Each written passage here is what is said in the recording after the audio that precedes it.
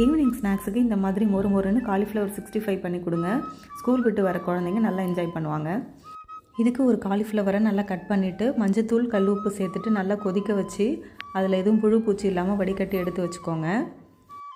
ஒரு பாத்திரத்தில் மஞ்சத்தூள் 1 ஸ்பூன், தனி மிளகாத்தூள் 2 ஸ்பூன், கடலை மாவு 2 குழிக்கரண்டி, 1 கரண்டி கார்ன்ஃப்ளவர், தனியாத்தூள் 1 டேபிள் ஸ்பூன், இஞ்சி பூண்டு பேஸ்ட் இருந்தால் அதை சேர்த்துக்கோங்க. இல்லைன்னா இஞ்சி பூண்டு கொஞ்சமாக துருவி சேர்த்துக்கோங்க.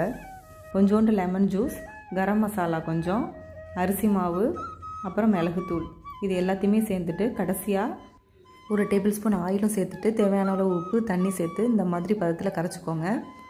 இப்போ நம்ம வடிகட்டி வச்ச காலிஃப்ளவர் அதில் போட்டு சூடான எண்ணெயில் மீடியம் ஃப்ளேமில் வச்சு நல்லா பொரித்து எடுத்தோன்னா இப்போ கிறிஸ்பான காலிஃப்ளவர் ரெடி ஆகிடும்போது கொஞ்சம் லெமனும் சின்ன வெங்காயமும் கட் பண்ணி கொஞ்சம் கொத்தமல்லியும் தூவி சாட் மசாலாவும் சேர்த்து கொடுக்கும்போது செம்ம டேஸ்ட்டாக இருக்கும். நீங்களும் ட்ரை பண்ணி பாருங்கள்.